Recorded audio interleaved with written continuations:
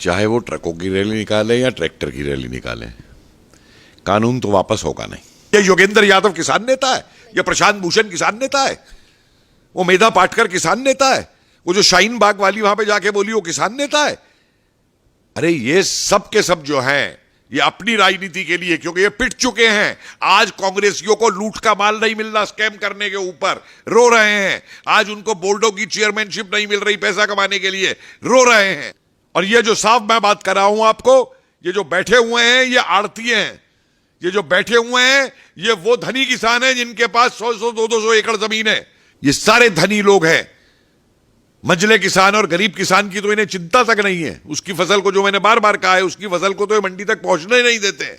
Sir, कृषि bill को लगातार विरोध कर रहे हैं लोग, कृषि बिल को लेकर, चाहे राहुल गांधी हो या फिर ममता बनर्जी हो। समाधान अब यहाँ पर ये सवाल है कि आखिरकार ऐसी क्या चीज करनी चाहिए जिससे कि ये विरोध प्रदर्शन बंद हो, क्योंकि काफी सारे किसान हैं जो कि आंदोलन पर बैठे हैं। वो ये कह रहे हैं, जैसे राकेश टिकैत जैसे लोग, वो ये कह रहे हैं कि जब तक कृषि कानून वापस नहीं चला जाएगा हम यहाँ से नहीं हटेंगे। बल्कि वो डेट भी बताते हैं कि 26 तारीख को हम ट्रकों की रैली निकालेंगे। ऐसा है, चाहे वो ट्रकों की रैली निकाले या ट्रैक्टर की रैली निकाले, कानून तो वापस होगा नहीं। और इसका एक समाधान है मेरे पास, तरीका निकाला जा सकता है। और वो तरीका है, सरकार ये स्पष्ट रूप से कह दे कि ये बिल वापस नहीं होगा, ये कानून वापस नहीं होगा। लेकिन, और ये बहुत महत्वपूर्ण है, लेकिन जो राज्य सरकारें इसको नहीं लागू करना चाहती वो ना लागू करें। ठीक है?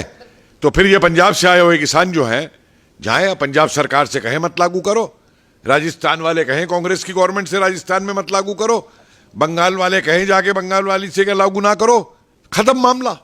कि संविधान कानून वापस नहीं होगा, राज्य सरकारों की मर्जी है वो इसको लागू करे या ना करें, बात खत्म हो गई। इनकी मांग पूरी हो गई, अपने अपने राज्य में जाकर के करवा लें अपनी अपनी सरकारों से, मत लागू करो इनको। किस बात का आंदोलन? फिर ये तमाशा बन गया है एक आंदोलन का कि खुद तो राहुल गांधी पिकनिक मनाने और न्यू ईयर ईव मनाने इटली चला जाता है और वहां से जाके कह रहा है कि यहां किसान ठंड में लड़ रहे हैं। अरे अगर तू नेता था असली किसानों का तो मैं देखता ये खुद बैठता किसानों के साथ धरने पे आकर के इतने दिन तक। अगर ये नेतागिरी अपनी उसकी करना चाहता है, कांग्रेस की राष्ट्रीय आंदोलन के इस तरीके से बैठा जाता था भूख हड़ताल पे और हड़ताल पे बैठता, आधे दिन भी रह सकता है भूख हड़ताल पे। खुद इटली में बैठ करके पिज्जा खा रहा है। वही ममता 1-1 रुपए का आलू खरीद रही है किसानों से, बांग्लादेश स्मगल कराती है, 40 रुपए किलो कलकत्ता में भिजवाती है। सारे उसके बिचौलिए हैं उसकी पार्टी के। और ये जो साफ मैं बात कर रहा हूं आपको, ये जो बैठे हुए हैं ये आड़ती हैं, ये जो बैठे हुए हैं ये वो धनी किसान हैं जिनके पास 100-100, 200 एकड़ जमीन है। किसान वो होता है जो खुद खेती करता है अपना, और वो किसान आज भी खेती कर रहा है, अपनी फसल उगा रहा है, और सरकार ने जो सहूलियतें दी हैं उन सहूलियतों को लेकर चल रहा है। सर, अगर ममता बनर्जी की बात करें तो ममता बनर्जी जिस तरीके से इस कानून का विरोध कर रही हैं डे 1 से, तो यहाँ पर लोगों की तरफ से ये भी कहना है कि 4 महीने बाद जो इलेक्शन आने वाले हैं उन सारी चीजों को लेकर ये सारी चाल और हथकंडे अपनाए जा रहे हैं। आप समझ रहे हैं कि बंगाल का किसान ममता को वोट दे देगा? जिस किसान का वो शोषण करती है, जिस किसान तक आज तक उसने कृषि योजनाएं जो और किसानों की दी वो नहीं पहुंचने दी केंद्र सरकार की। अरे ममता विरोध इसलिए नहीं कर रही है वोट के चक्कर में, ममता विरोध कर रही है क्योंकि अब ये एजेंट बन चुकी है कांग्रेस की, ये एजेंट बन चुकी है उन सारे नक्सलाइट्स और जिहादियों की जो देश के खिलाफ हैं। ये देश की खिलाफत की वजह से विरोध कर रही है, अपनी सत्ता के लिए विरोध कर रही है। ये किसान के कोई पक्ष में नहीं है। ये बिचौलिए खत्म करे जाएं, किसान को उसकी कीमत पूरी मिली जाए, ये चीज ये किसान के खिलाफ है। जितनी भी चीजें हैं कृषि कानून में, उसको लेकर इतना ज्यादा विरोध क्यों हो रहा है हर सरकार, चाहे राहुल गांधी हो या फिर ममता बनर्जी? देखिए, ये विरोध कृषि कानून का है ही नहीं, मैं तो अब बिल्कुल स्पष्ट हूं इसके ऊपर। यह विरोध हो रहा है एक्सपेरिमेंट ग्राउंड बना के कि सरकार अगर इसे वापस ले लेती है तो कल को हम सीएए के खिलाफ करेंगे, कल को हम ट्रिपल तलाक के खिलाफ करेंगे, वापस लो, कल को हम 370 के खिलाफ करेंगे। दुनिया मूर्ख नहीं है, ये देश बेवकूफ नहीं है जो इस चाल को नहीं समझ रहा है नक्सलाइट्स की और पीएफआई की और आईएसआई एजेंट्स की और खालिस्तानी एजेंट्स की। कहां से तंबू लग रहे हैं ये? कहां से ये काजू किशमिश आ रही हैं? ये कहां से ब्यूटी पार्लर आ रहे हैं? ये किसान होता है, किसाने से लड़ता है। ये सारे धनी लोग हैं मंझले किसान और गरीब किसान की तो इन्हें चिंता तक नहीं है। उसकी फसल को, जो मैंने बार बार कहा है, उसकी फसल को तो ये मंडी तक पहुंचने ही नहीं देते हैं।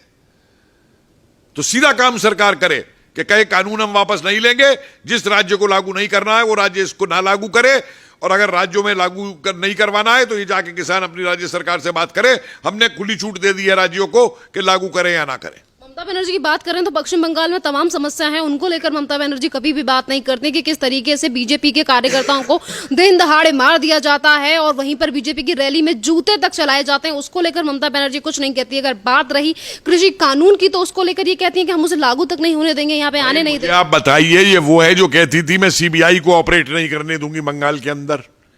उस समय ये क्या बोली थी जब वो बंगाल का मौलवी कह रहा था कि मोदी जी की दाढ़ी लेके आओ और मैं 10 लाख रुपए इनाम दूंगा? तब कहां गई थी ये ममता? इसके लिए कोई कुछ बोल दे तो इसको आग लग जाती है, कोई ट्विटर पे लिख दे या फेसबुक पे लिख दे तो उसको गिरफ्तार करवा लेती है। तो जिहादीन बन गई है पूरी की पूरी। सर, जितनी भी तरीके की चीजें टीएमसी के कार्यकर्ता या फिर ममता बनर्जी की तरफ से की जा रही हैं, तो आपको क्या लगता है कि 4 महीने बाद जो इलेक्शन होने वाले हैं, इन सारी चीजों का रिजल्ट देखने को मिलेगा दीदी को? क्योंकि दीदी तो अभी किसानों की अन्नदाता बनी हुई है, अन्नदाताओं की भगवान बनी हुई है, जिस तरीके से वो बात कर रही हैं। भाई अपने आप मैं कह दूं मैं कुछ भी हूं, मैं भगवान बन गया हूं, मैं किसानों का भगवान बन जाऊंगा, मैं कह दूंगा तो जो मर्जी ये करती रहे। देखिए, बंगाल की जनता बेवकूफ नहीं है। बंगाल की जनता एक बहुत ही जागरूक जनता है बंगाल की। मत भूलिए कि बंगाल ने राष्ट्रवादी आंदोलन को, अंग्रेजों के खिलाफ संघर्ष को किस तरीके से बंगाल ने जो है नेतृत्व प्रदान किया था, चाहे वो क्रांतिकारी रहे हो और चाहे वो देशबंधु चित्तरंजन दास रहे हो और चाहे वो नेताजी सुभाष चंद्र बोस रहे हो और चाहे वो श्यामा प्रसाद मुखर्जी रहे हो।